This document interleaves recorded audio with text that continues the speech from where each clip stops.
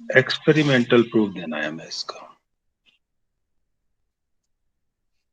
दो साइंटिस्ट ने एक्सपेरिमेंट किया इशरिशिया कोलाई पर, और ये सिद्ध किया कि जो इसका रेप्लिकेशन है वो सेमी कंजर्वेटिव होता है। उन साइंटिस्ट के नाम आपके सामने आ रहे हैं। इसको हम मेजल्सन स्टॉल एक्सपेरिमेंट कहते हैं। मैं ब्रैकेट में लिख दे रहा हूं, इस नाम से भी पूछा जा सकता है। ठीक है, तो टेंशन ना लें। Meselson, MESCLSON, SCLSON, Meselson Stahl, STHL experiment. ये दो साइंटिस्ट हैं। ठीक है, तो अब कहानी शुरू होती है। पहला साइंटिस्ट मैथ्यू, MATTHEW, मैथ्यू मेजल्सन,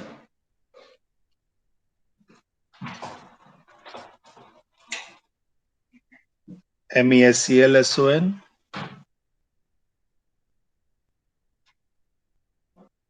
मैं बार बार स्पेल इसलिए करता हूं, आपको ना ये नाम याद रखने पड़ेंगे, MCQ के पेपर होते हैं ना आपके। And Franklin Stahl, Franklin stall,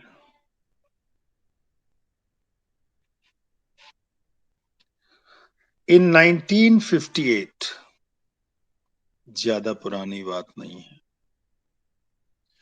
conducted an experiment, एक एक्सपेरिमेंट किया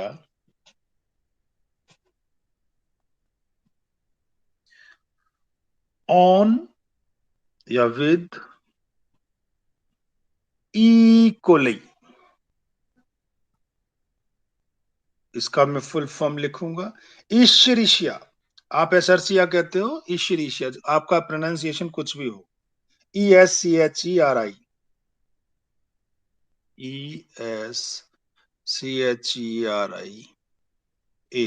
ईश्वरिया,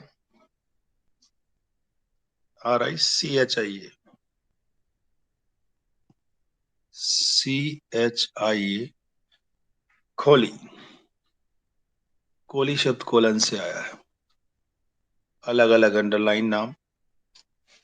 टू प्रूव दैट, क्या प्रूव किया? To prove that replication of DNA, यानी DNA replication replicates semi conservatively,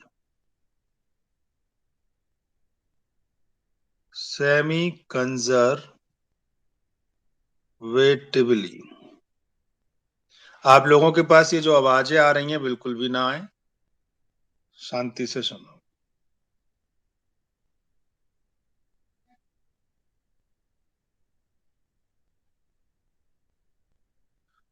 okay, semi conservative. कैसे प्रूव किया? उन्होंने ई कोलाई लिया और उसे कल्चर किया NH4Cl में। NH4Cl अमोनियम क्लोराइड होता है। अब आप कहोगे कि इसमें ऐसी कौन सी खास बात होगी उसमें कल्चर करने से। ठीक है, देखो, उसने उसके हैवी आइसोटोप्स लिए। If E. coli was grown in a medium with N15, E. coli had DNA with N15 isotopes। DNA में जो नाइट्रोजन बेस है उसका 14 होता है। अगर उसको N15 में कल्चर किया गया तो उसका N15 हो जाएगा। कैसे? यही बता रहा। They grew, they culture culture का मतलब होता है ना ग्रो करना। ई कोलाई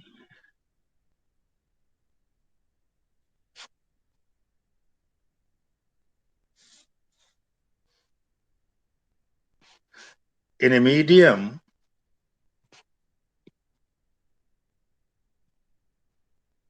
that contain, जिसके अंदर पड़ा हुआ था NH4Cl, NH4Cl। अब ये कॉमन सा है, देखो N का वैसे 14 होता है एटॉमिक मास, यहां पे मैं कर रहा हूं 15। तो ये 14 और 15 जो होते हैं उसके आइसोटोप और आइसोबार तो आप जानते हो क्या होता है, एटॉमिक नंबर। और ठीक है, तो ये क्या है, ये उसका हैवी आइसोटोप है नाइट्रोजन का। ब्रैकेट में मैं ये वाली लिख रहा हूं बात, यानी N15 क्या है, हैवी आइसोटोप। बात समझ में आ रही है आपको मेरी? Is the heavy isotope of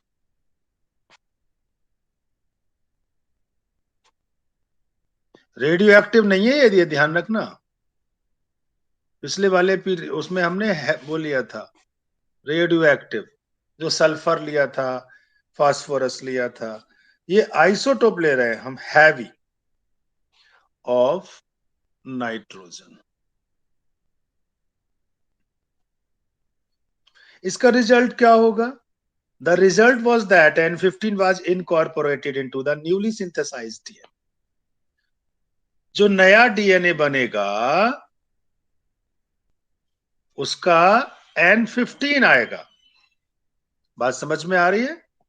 जिसकी वजह से क्या होगा, all DNA got labelled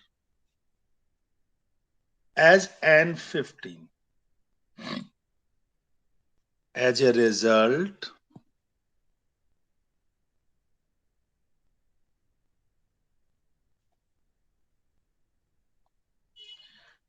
N15 किसके संग मिल गया, was incorporated into newly synthesized DNA of E. coli।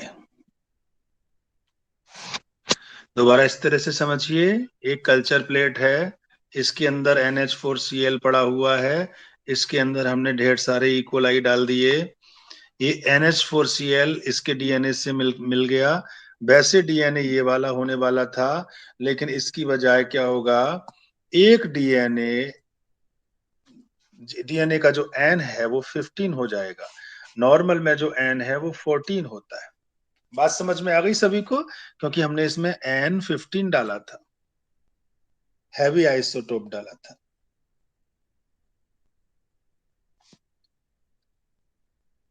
Next point, एक तरफ तो उसने ये किया, और क्या किया,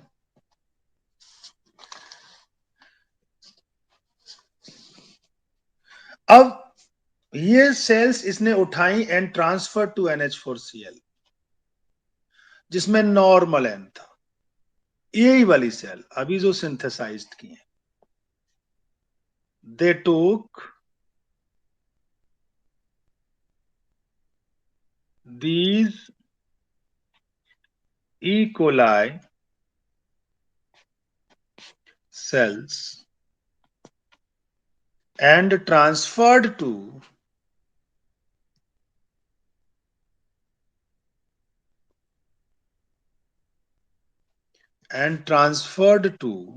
किसमें भेज दिया, जिसमें 14 NH4Cl था। तो ये हैवी आइसोटोप नहीं है, इसके अंदर क्या है, नॉर्मल नाइट्रोजन है।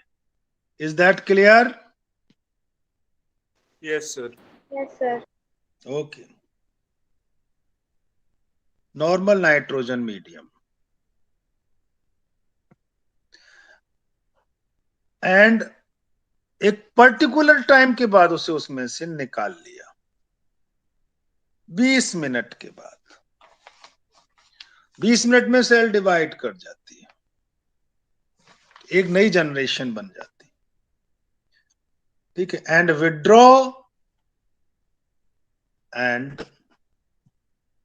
Withdraw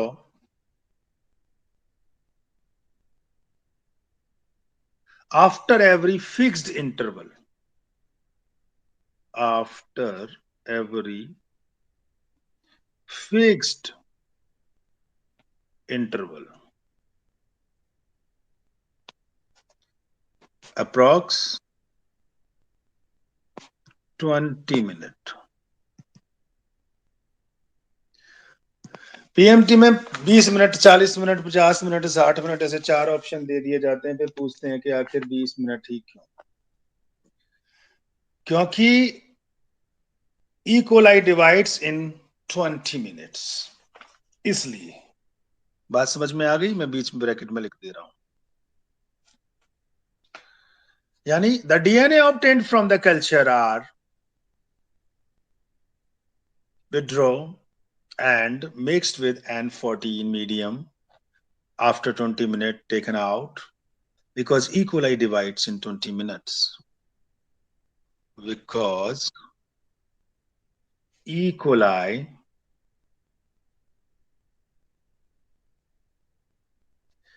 divides in 20 minutes.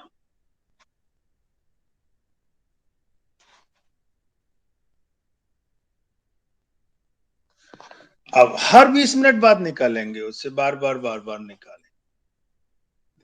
Extracted DNA from these cell, ये निकाल लिया, ये इकोलाई बाहर निकाला, इसमें से डीएनए भी निकाल लिया और उसने एक्सट्रैक्ट कर लिया डीएनए। सबसे पहले इकोलाई को ग्रोन किया था N15 में,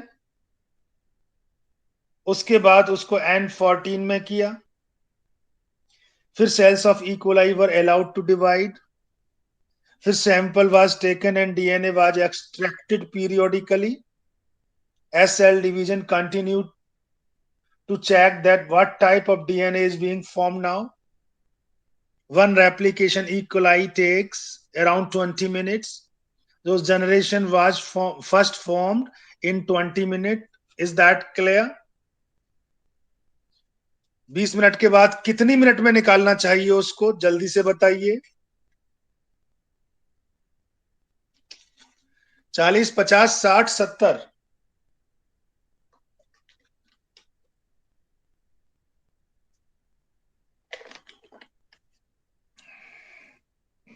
उसको हर 20 मिनट बाद निकालना है। तो दूसरी बार कब निकालेगा वो उसमें से सेल्स को? कितनी मिनट बाद? 40। बिल्कुल सही बात है। हाँ जी। अब अगली बात को जरा गौर से सुने, जो मैंने अभी बताई थी। सेल्स ऑफ ई कोलाई,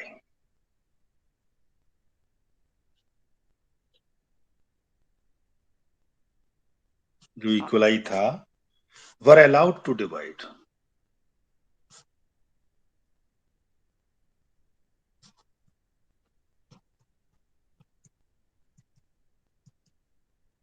मैं से हैश पॉइंट कर रहा हूं। उसको डिवाइड होने दिया। जब डिवाइड हो गया तो सैंपल लिया, सैंपल वाज टेकन,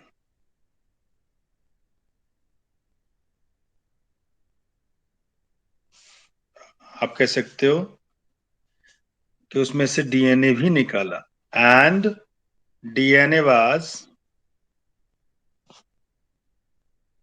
एक्सट्रैक्टेड। उस सैंपल में से डीएनए निकाल लिया। पहले सैंपल लिया, जब वो डिवाइड हो गया था तो उसमें से डीएनए निकाल लिया।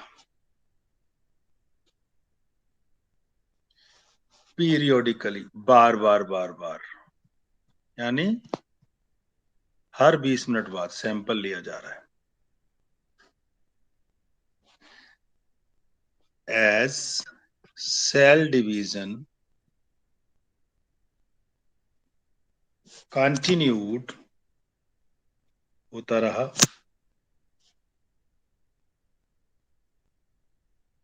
टू चेक, एक्सट्रैक्ट क्यों कर रहा था, क्या पता लगा रहा था, to check what type of DNA is being form now, कि अब किस तरह का डीएनए बन रहा है, व्हाट टाइप ऑफ डीएनए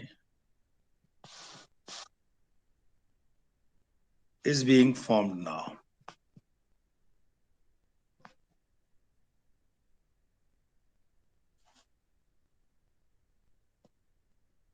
ये पता लगा रहा है। हम जानते हैं one generation, one replication of E coli takes around 20 minute, therefore generation first was formed in 20 minute. Okay, ये भी मैं लिख दे रहा हूं, the generation one, first generation of E. coli was formed in कितने मिनट में, 20 मिनट में। सेकेंड जनरेशन कितनी देर में, 30 मिनट में। इसीलिए sample were taken after 20 minute, then again after 40 minute, और फिर इसकी डेंसिटी चेक की। डेंसिटी से पता लगाएगा किस तरह का वजन, किस उसके आधार पे उनको वो अलग अलग करेगा, डेंसिटी के आधार पे। समझे? एक्सट्रैक्ट करने का भी एक तरीका है। कैसे किया? Bye centrifugation in a caesium chloride density gradient, this heavy DNA molecule could be distinguished from the normal DNA. ये वाली बात नोट करो।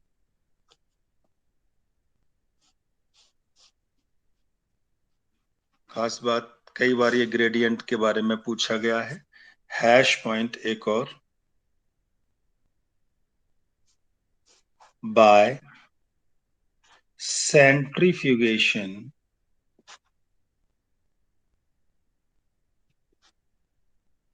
मतलब जैसे वॉशिंग मशीन घूमती है ना, उसमें सेंट्रीफ्यूगेशन होता है, ऐसे ही by centrifugation in a caesium chloride, CESIUM chloride,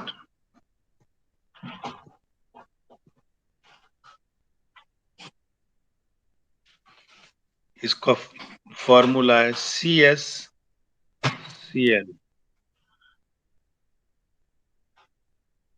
caesium chloride density gradient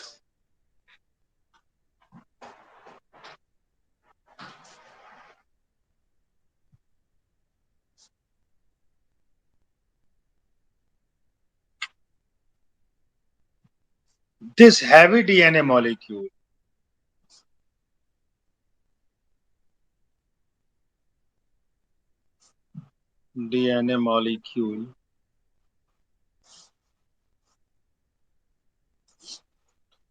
could be distinguished, अलग किया जा सकता है,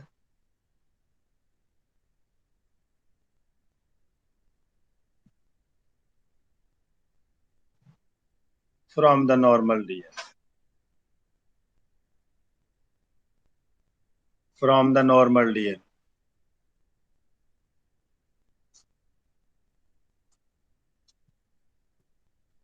इसको अलग किया जा सकता है। अभी पढ़ने में थोड़ा टफ सा लग रहा होगा, घबराइए मत, एक डायग्राम से क्लियर करूंगा, तब आपको ये ज्यादा समझ में आ जाएगा। एक डायग्राम मैं आपके सामने बनाने जा रहा हूं,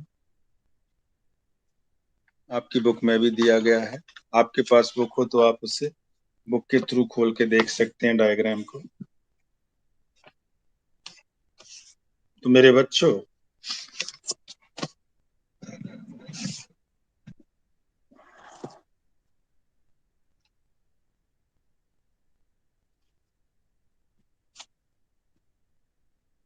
मैं डीएनए ले रहा हूं। डेंसिटी ग्रेडियंट के अंदर मैं उसको शो करूंगा। देखो, हमारे पास नॉर्मल डीएनए है।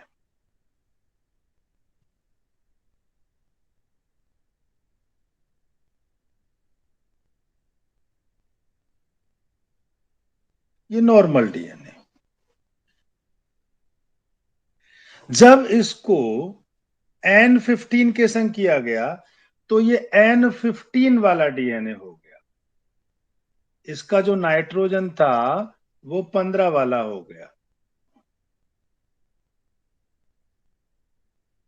यानी हैवी आइसोटोप वाला हो गया। ठीक है भाई। अब क्या किया, इस डीएनए को हमने थोड़ी देर के लिए, मतलब इसी सेल को थोड़ी देर के लिए हमने N14 वाले में डाल दिया और 20 मिनट बाद निकाला। तो क्या हुआ होगा, जो नॉर्मल डीएनए था, ये जो डीएनए था, इसमें N14 भी आके मिल गया।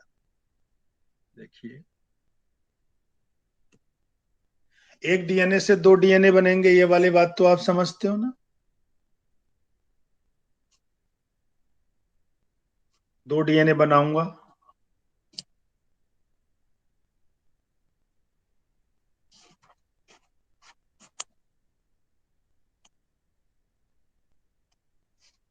इन दोनों में अंतर मैं क्या करने जा रहा हूं, एक को लेवल कर दूंगा।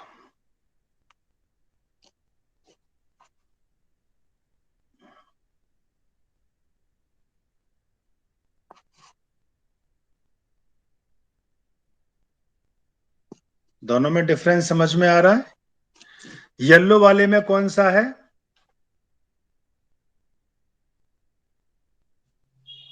N15 DNA.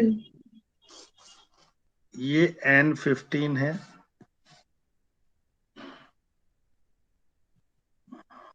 मैं दूसरे ही उसी कलर से लिख रहा हूं जो कलर होना चाहिए। जो नया वाला आया है ये कैसा होगा, N14। हाँ जी, डीएनए ये भी 14N नॉर्मल। 14N का मतलब नॉर्मल हो गया।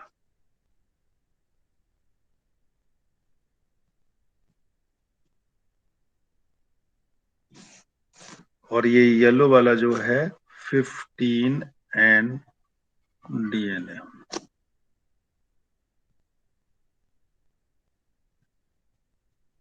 ये कितने मिनट बाद ऐसा देखने को मिला, 20 मिनट बाद देखना। ये कौन सी जनरेशन है, जनरेशन 1 है। अब अगली 20 मिनट बाद देखेंगे, लेकिन उससे पहले मैं आपको इसको सेंट्रीफ्यूगेशन में दिखा रहा हूं।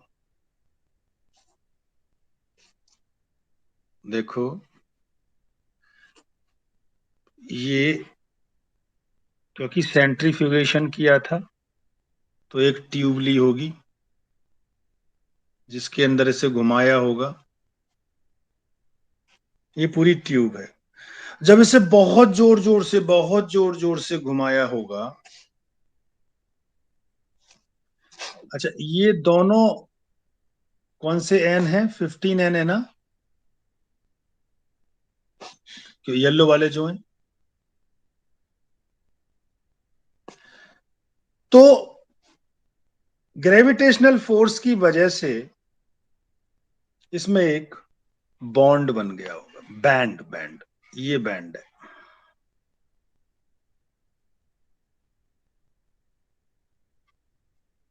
ये पीले रंग का क्या सिद्ध कर रहा है कि इसके अंदर जो डीएनए है वो हैवी आइसोटोप वाला है, 15N 15N। दोनों स्ट्रैंड, एक 15N का है, दूसरा भी 15N का है। ये सिद्ध कर रहा है। बात समझ में आ गई। Yes sir. 20 मिनट बाद देखते हैं क्या हुआ होगा। 20 मिनट। जब ये घुमाया होगा तो ग्रेविटेशनल फोर्स लगा होगा।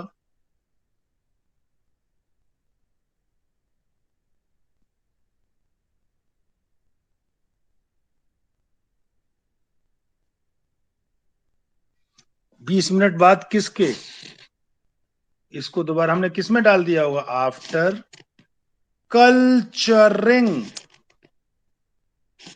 इन 14N, इसी में तो किया होगा।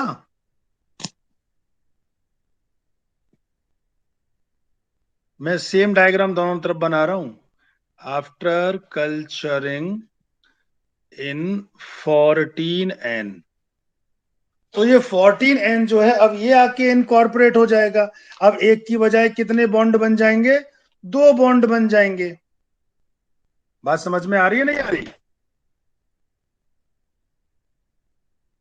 देखो अभी ज्यादा समझ में आ जाएगी। दोबारा से फिर मैंने इस वाली टेस्ट ट्यूब को घुमाया। टेस्ट ट्यूब का कलर अलग हो गया है, कोई बात नहीं है।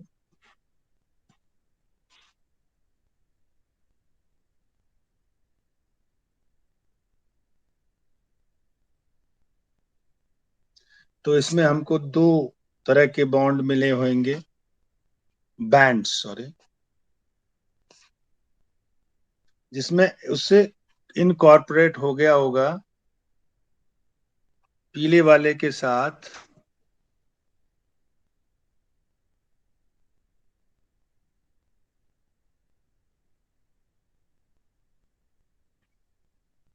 कौन सा वाला कलर, ये दूसरा वाला भी आ गया होगा।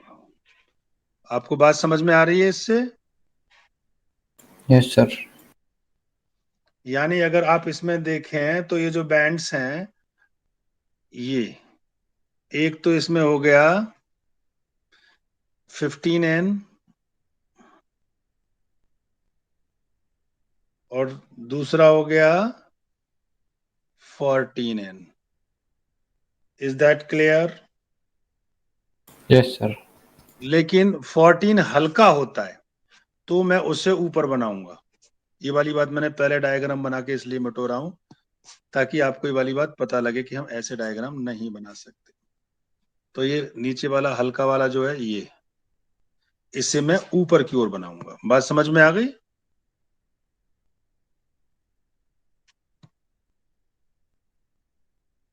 ये हल्का वाला ऊपर आ गया, ये क्योंकि हम डेंसिटी ग्रेडियंट के आधार पे अलग कर रहे हैं। तो कलर से ही पहचान हो रही होगी, ये 14N है, साथ में कौन सा मिक्स है इसके साथ, 15N। Is that clear? तो ये किस टाइप का है, हाइब्रिड, क्योंकि इसमें दोनों तरह का मिक्स हो गया। एक इसके पेरेंट्स का है, दूसरा न्यूली सिंथेसाइज है। अभी हम इसको और 20 मिनट बाद देखते हैं, यानी आफ्टर 40 मिनट क्या हो रहा होगा। क्योंकि अभी ये जो आपने देखा है, ये कौन सी जनरेशन है, जनरेशन 1। मैं दूसरे कलर से लिख रहा हूं,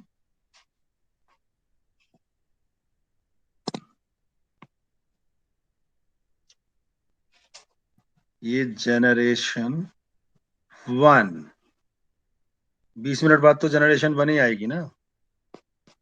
अब जनरेशन 2 आने दो, इसकी पहले पहली साइड में बना रहा हूं इधर। कितने मिनट लिख दूं मैं यहां पे, 40 मिनट। अब ये 2 DNA थे, दो के कितने हो गए होंगे, 4 हो गए होंगे। 4 हो गए होंगे, तो कैसे हुआ होगा ये देखिए।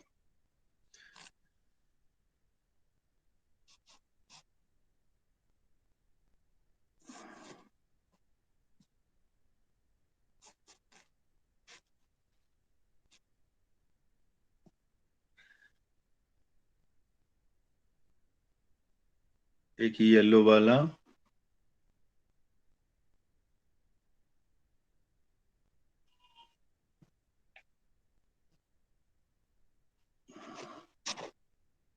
सेकेंड बेटा, क्योंकि अब ये कौन से वाले मीडियम में पड़ा हुआ है, 14 वाले में या 15 वाले में?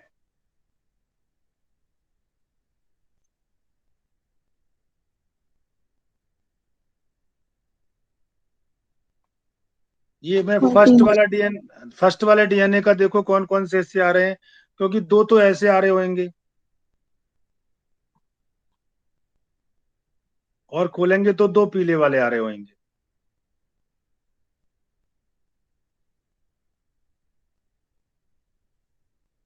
ऐसे ही तो खुलेगा, से यस और नो।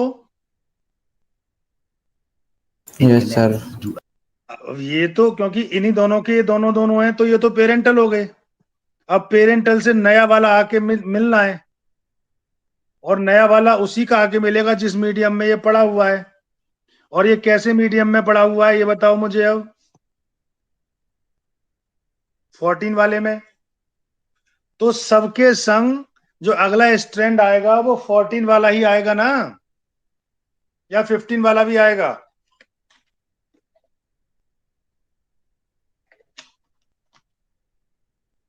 14 वाला। बिल्कुल 14 वाला आएगा। तो सबके संग कैसे कलर वाला मिला दूं, बस ये बता दो। 14। ब्लू। ब्लू या येलो? ब्लू। ब्लू। क्योंकि येलो आएगा तो वो, क्योंकि येलो तो अब है ही नहीं। सबसे शुरू में येलो कलर में डाला था, येलो बोले। कलर से आप याद रख लो, या वैसे आप कलर को याद रखने की जरूरत नहीं है, ये तो आपको समझने के लिए। सबसे पहले हमने इसको 15 में डाला था, इसे यस और नो। अब हमारे पास 15 वाला नाइट्रोजन नहीं है, हमने इसको 14 में डाल रखा है, और हर 20 मिनट बाद उसी में से निकाल के देख रहे हैं। 14 का काम, 15 का काम खत्म हो गया, अब सिर्फ 14 का काम चल रहा है। बात समझ में आ गई नहीं आ गई? तो जब 14 का काम चल रहा है तो 14 के अलावा कोई नया स्टैंड आ ही नहीं सकता।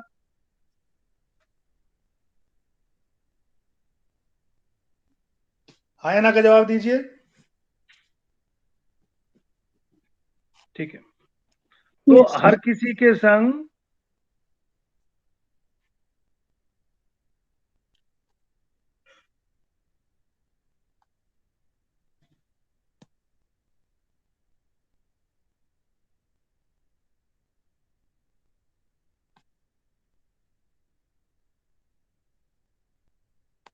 अब ये देखो, जब ये चार बने, ये बिल्कुल नया कॉम्बिनेशन है, ये बिल्कुल नया कॉम्बिनेशन है। इसमें पेरेंट्स का भी एक है और नया भी एक है, यस और नो?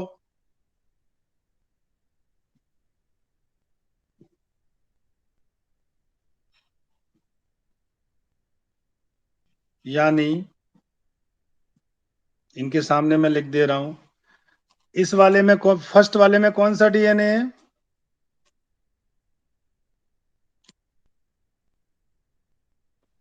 लास्ट 14 वाले में में। कौन, लास्ट वाले में कौन सा है?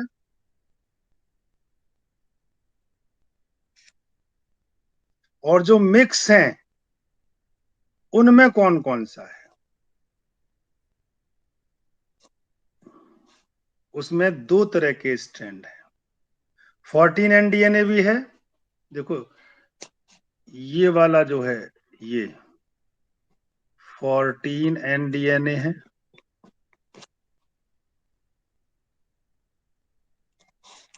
और ये येलो वाला जो दिखा रहा हूं मैं, ये कौन सा है? 15 N DNA. Is that clear? Yes sir. अब मैं इसको सामने वाली स्टेज पे ले जाके दिखा रहा हूं दोबारा से। सेकंड जनरेशन है ना ये हमारे पास, सब जनरेशन 2। तो बच्चों,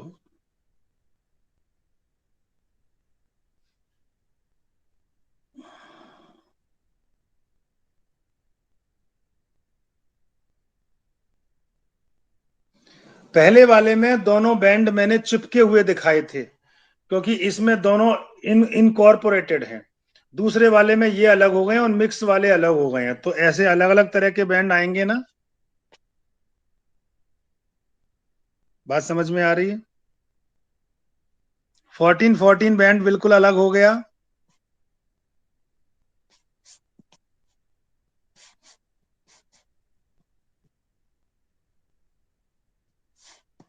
ये देखिए, क्योंकि हल्का है ऊपर की ओर आएगा।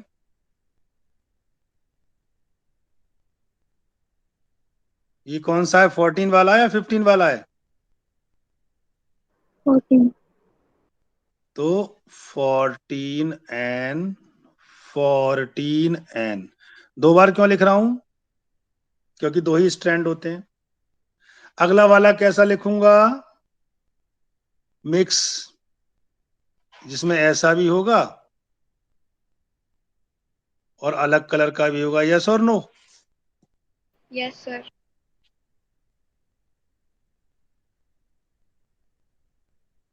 इसे मैं क्या कहूंगा? इसमें N15 भी है और N14 भी है। बात समझ में आ रही नहीं आ रही अभी भी? कितनी देर बाद था ये? 40 मिनट। तो पहला वाला जो है वो लाइट है या हैवी है? Light. दूसरा वाला मिक्स है हैवी और लाइट का, तो इसे हम क्या कहेंगे? हाइब्रिड। और ये जनरेशन कौन सी है? 2. 2।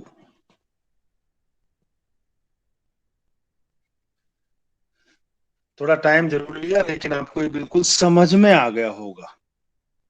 नहीं आया हो तो सॉरी। समझ में आ गया? Yes, sir. Yes, sir. Okay, Yes, sir. ठीक है। कंक्लूजन देता हूं। डायग्राम से बहुत ज्यादा जल्दी समझ में आता है बेटे। तो इसका कंक्लूजन ये निकला कि डीएनए रेप्लिकेशन सेमी कंजर्वेटिव हुआ करता है। रिजल्ट लिख रहा हूं नीचे। ये कौन से आ गए भाई? लीजिए आपके सामने रिजल्ट।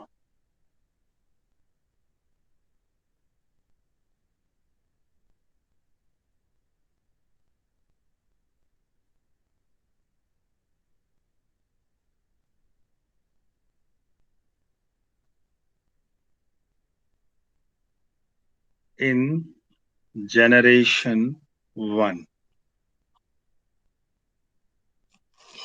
DNA was found, कैसा? नॉर्मल या hybrid? Hybrid. After first replication, ऐसा ही हुआ था ना? इन generation 2, equal amount of DNA with 2 different densities. दोनों तरह का था ना? Amount of DNA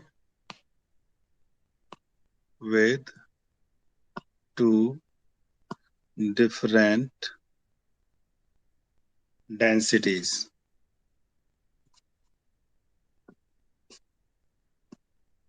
were found.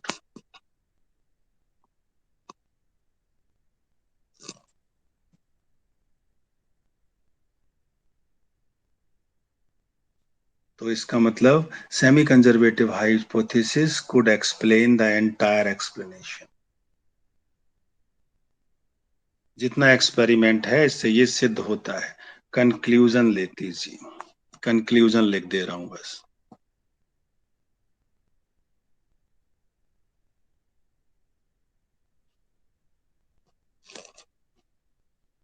जो सेमी कंजर्वेटिव उसने सोची थी, hypothesis could explain the entire experimental result.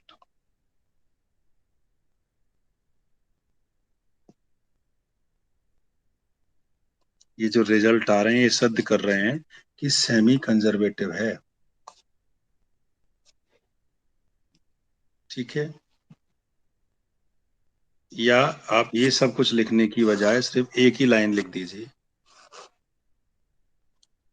Simple सी, इट वाज प्रूव्ड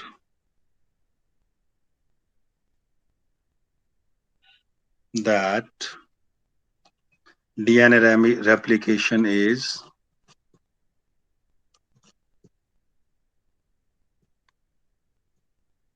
कैसा होता है?